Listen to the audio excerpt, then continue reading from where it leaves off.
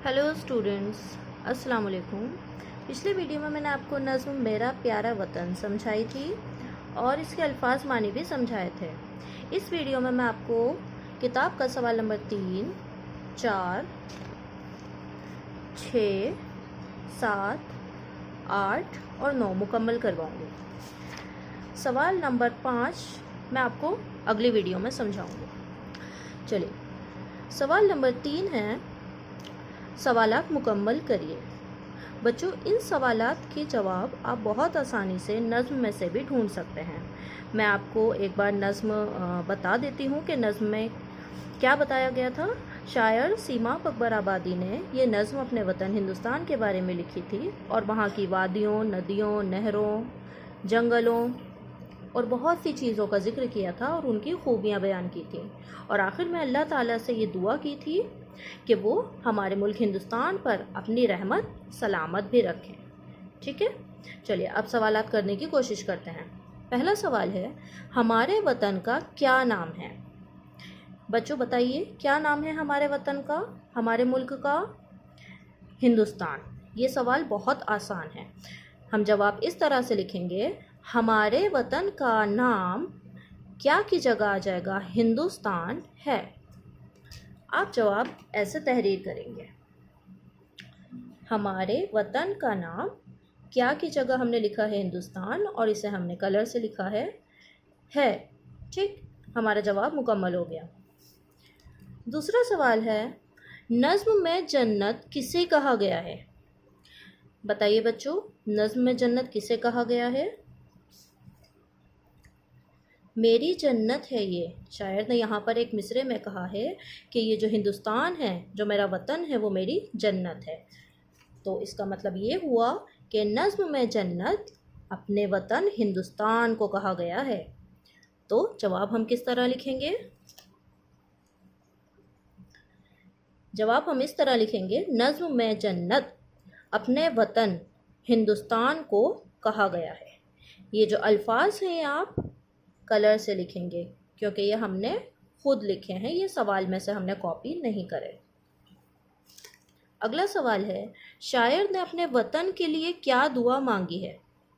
बच्चों, आखिर में शायर ने अपने वतन के लिए अल्लाह ताला से रहमत की दुआ मांगी थी कि अल्लाह ताला हमारे वतन पर अपनी रहमत बरकरार रखें। यहाँ देखिए, ये वतन है मेरा, मैं हूँ इस पर फिदा, इस पे रखे खुदा अपनी रहमत सदा। तो इन दो मिसरों में शायर ने अल्लाह ताला से दुआ मांगी है कि अल्लाह ताला मेरे वतन पर अपनी रहमत सदा यानी हमेशा बरकरार रखें। इसका जवाब हम इस तरह लिखेंगे, शायर ने अपने वतन के लिए अल्लाह से रहमत की दुआ मांगी। ठीक, आखिरी सवाल है, शायर ने नज़्म में किन खूबसूरती बढ़ाने वाली चीज़ों का जिक्र किया है? बच्चों, इस नज़्म में शायर ने, मैंने आपको बताया है, अपने मुल्क की बहुत सारी चीज़ों का जिक्र किया है, जैसे दरिया, वादियाँ, जंगल वगैरह। चलिए देखते हैं कौन कौन सी चीज़ें हैं जो हमारे मुल्क की खूबसूरती बढ़ाती हैं।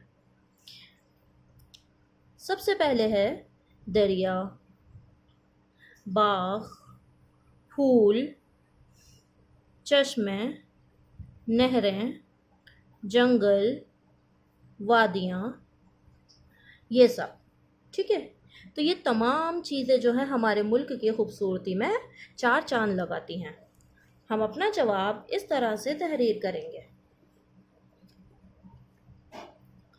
शायर ने नज़्म में दरिया, बाग, फूल, चश्मों, नहरों, जंगल और वादियों का जिक्र किया है। ठीक, अल्फाज मानी के बाद आप सवाल जवाब का काम अपनी कॉपी में बिल्कुल इसी तरह से तहरीर करेंगे। ओके, चलिए बढ़ते हैं अगले सवाल की तरफ। सवाल नंबर 4, इन मिसरों को पूरा कीजिए। बच्चों, लफ्ज़ आया है मिसरा। मिसरा क्या होता है, मैं आपको समझाती हूँ। यहाँ पर बच्चों मैंने आपको समझाया था कि ये एक शेर है।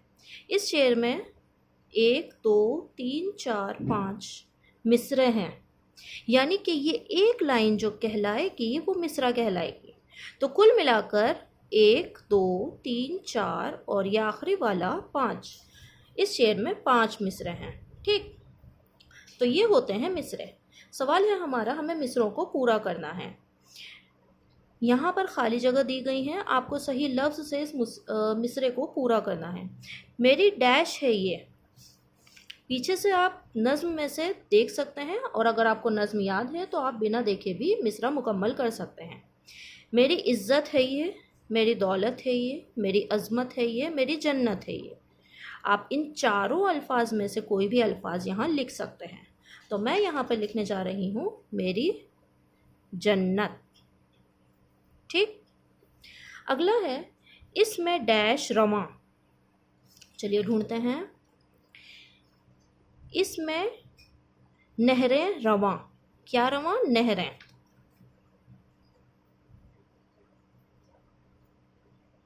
अगला है इसके डैश जमा, इसके डैश जमा यानी कि चश्मे जमा।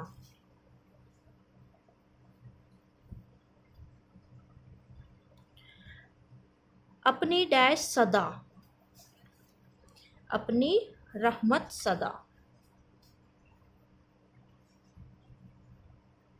आखिरी है इस पे डैश खुदा, इस पे रखे खुदा, रखे। यहाँ हम तजदीद का इस्तेमाल कर रहे हैं, लेकिन जो लफ्ज़ होता है रखे उसके ऊपर तजदीद नहीं आती। ओके, लेकिन यहाँ शायर ने मिसरों में तवाज़ुन बनाने के लिए, बैलेंस बनाने के लिए तजदीद का इस्तेमाल किया है। चलिए अगला सवाल है हमारा सवाल नंबर 6। इन मिसरों को इशारों के मुताबिक नीचे सही तरतीब से लिखिए। बच्चों यहाँ पे ये मिसरे दिए गए हैं, जैसा कि मैंने अभी आपको बताया मिसरा क्या होता है, शेर की एक लाइन। ठीक, उन्होंने एक इशारा भी दिया है कि एक मिसरे को दूसरे मिसरे से एक लाइन की मदद से, एक हाशिए की मदद से मिलाया हुआ है। ठीक है, देखिए क्यों मिलाया है इन्होंने। इन्होंने इसलिए मिलाया है ताकि ये क्योंकि नज़्म में ये दोनों मिसरे एक साथ आए हैं। मेरी इज़्ज़त है ये, मेरी दौलत है ये।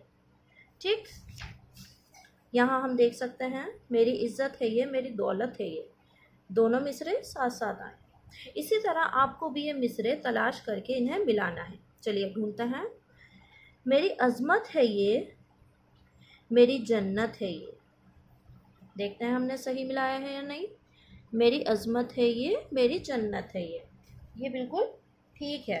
तो हम इसको अपने स्केल की मदद से लाइन बना देंगे। इसके दरिया बड़े, ताजगी से भरे। ठीक,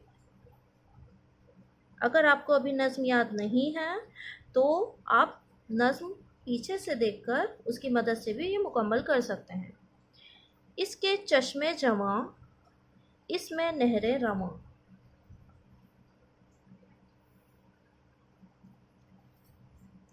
ये वतन है मेरा, मैं हूँ इस पर फिदा।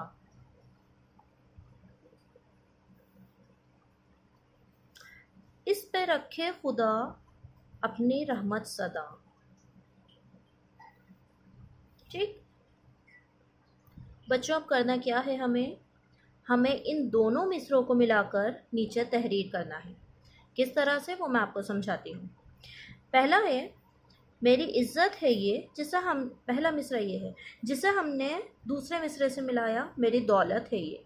अब हम इन दोनों मिसरों को मिलाकर नीचे पहली खाली जगह में तहरीर करेंगे। देखिए इस तरह से, मेरी इज़्ज़त है ये, मेरी दौलत है ये। यहाँ देख सकते हैं आप, मैंने बीच में थोड़ा सा गैप दिया है, स्पेस छोड़ा है। क्यों? क्योंकि नज़्म को हम इसी तरह से लिखते हैं, हम लगातार नहीं लिखते उसे। ठीक, अब इसी तरह हमें दूसरा मिसरा भी तहरीर करना है। दूसरा मिसरा क्या है? मेरी अज़मत है ये, जिसे हमने मिलाया है दूसरे मिसरे से, मेरी जन्नत है ये। इन दोनों को भी हम इसी तरह तहरीर करेंगे। मेरी अज़मत है ये, मेरी जन्नत है ये। बच्चों यहाँ पे आपको एक ख़ास बात का ख्याल रखना है कि जो लफ्ज़ ऊपर आया है उसी के नीचे आपके तमाम लफ्ज़ आने चाहिए। कोई भी मिसरा आगे या पीछे नहीं होना चाहिए, यानी कि बीच में जो जगह छोड़ी गई है वो बराबर रहनी चाहिए। और मैं आपको बता दूं, ऐसा ही सवाल हमने दूसरी जमात में भी किया हुआ है। ठीक, चलिए अब नीचे के बाकी के मिसरे आप खुद मुकम्मल करेंगे। सवाल नंबर 7, वाहिद और जमा अलग अलग लिखिए। बच्चों यहाँ पर कुछ अल्फाज दिए गए हैं, जैसे दरिया, वादियाँ, जंगल, चश्मे, नहरें, बाग, फूल, रहमत। ये सब मिक्स हुए हुए हैं। इनमें वाहिद और जमा दोनों ही तरह के अल्फाज दिए गए हैं। अब हमें करना क्या है, वाहिद और जमा अलग अलग छांटने हैं और नीचे खानों में लिखने हैं। चलिए पहला लफ्ज़ देखते हैं, दरिया। बच्चों दरिया, आप मुझे बताइए कि ये वाहिद है या जमा है। दरिया यानी कि एक दरिया, यहाँ हम एक दरिया की बात कर रहे हैं, और जब भी हम किसी एक चीज़ की बात करते हैं तो वो होता है वाहिद। तो हम इस लफ्ज़ को लिखेंगे वाहिद के सामने। ठीक, दूसरा लफ्ज़ है वादियाँ। वादियाँ बच्चों, यहाँ पर एक वादी की बात नहीं हो रही, यानी कि वाहिद की बात नहीं हो रही, बल्कि बहुत सारी वादियों की बात हो रही है। ठीक, तो जब दो से ज़्यादा चीज़ों की बात होती है तो वो जमा कहलाती है। मैंने आपको पहले समझाया है। तो वादियाँ आएगा जमा के कॉलम में। अगला लफ्ज़ है जंगल। जंगल बताइए, जंगलों की बात नहीं हो रही, सिर्फ एक जंगल की बात हो रही है, तो वाहिद। इसी तरह चश्मे, चश्मा एक होता है, चश्मे यानी बहुत सारे, तो जमा। नहरें, एक नहर की बात नहीं हो रही, वाहिद की बात नहीं हो रही, बहुत सारी नहरों की बात हो रही है, तो जमा है ये। बाग, बाग तो एक ही है, बागों की बात नहीं हो रही, तो ये होगा वाहिद। अगला लफ्ज़ है फूल। एक फूल, फूलों की बात नहीं हो रही, तो इसे हम लिखेंगे वाहिद के कॉलम में। आखिरी लफ्ज़ है रहमत। रहमतें या रहमतों की बात नहीं हो रही, सिर्फ रहमत की बात हो रही है, तो ये जाएगा वाहिद के कॉलम में। ठीक, इसी तरह आप किताब में तहरीर करेंगे। अगला सवाल है हमारा, हिंदुस्तान के इस नक्शे में रंग भरिए। बच्चों मैंने आपको समझाया था कि ये जो नक्शा है वो हमारे हिंदुस्तान का नक्शा है, इंडिया का मैप है। इसी तरह दूसरे ममालिक के भी मैप होते हैं। ठीक, अब इस हिंदुस्तान के नक्शे में आपको ये जो लाइंस नज़र आ रही हैं, ये अलग अलग रियासतों की सरहदें हैं। ठीक है, जैसे यहाँ जम्मू कश्मीर है, यहाँ राजस्थान है, यहाँ महाराष्ट्र। इसी तरह आपने ये ईवीएस में भी पढ़ा होगा कि हिंदुस्तान में मुख्तलिफ़ रियासतें और मरकज़ी इलाके मौजूद होते हैं। तो हमें करना क्या है, हिंदुस्तान के इस नक्शे में हमें रंग भरने हैं।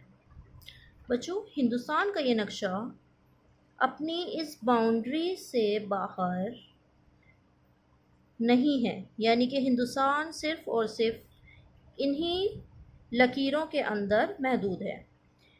ये दूसरा मुल्क है जिसका नाम है श्रीलंका। इसे हिंदुस्तान के साथ इसलिए दिखाया जाता है क्योंकि इसकी एक लाइन जो है वो आप आगे पढ़ेंगे, वो हिंदुस्तान से जुड़ी हुई है। बट आपको इसमें रंग नहीं भरना, सिर्फ हिंदुस्तान के नक्शे में रंग भरना है। ठीक है, जैसे कोई भी रंग आप भर सकते हैं, अलग अलग रियासतों के लिए आप अलग अलग रंग भरेंगे। जैसे सबसे पहले आपने यहाँ रेड कलर, लाल रंग भरा। यहाँ मैं थोड़ा रफली जल्दी जल्दी भर रही हूँ, बट आपको बहुत नीटली भरना है। ओके, बिल्कुल सफाई से। और दूसरी रियासत के लिए आप दूसरा रंग भरेंगे ताकि सभी रियासतें अलग अलग रंग से दिखाई दें। ओके, चलिए आखिरी सवाल है हमारा, खुशखत लिखिए। बच्चों ये सवाल हम जमात दोम से करते हुए आ रहे हैं। हमें इन अल्फाज की खुशखत लिखनी होती है ताकि ये अल्फाज हमें अच्छी तरह से अच्छी लिखावट में लिखने आ जाएं। पहला लफ्ज़ है इज़्ज़त, वतन, फिर है अज़मत, फिर है ताज़गी, फिर है लहलहाते। मैं एक एक बार आपको ये लफ्ज़ लिख कर दिखाती हूँ कि ये लाइन पर किस तरह लिखे जाते हैं। देखिए बिल्कुल इसी तरह आप ये लफ्ज़ अपनी किताब में तहरीर करेंगे। Okay, thank you.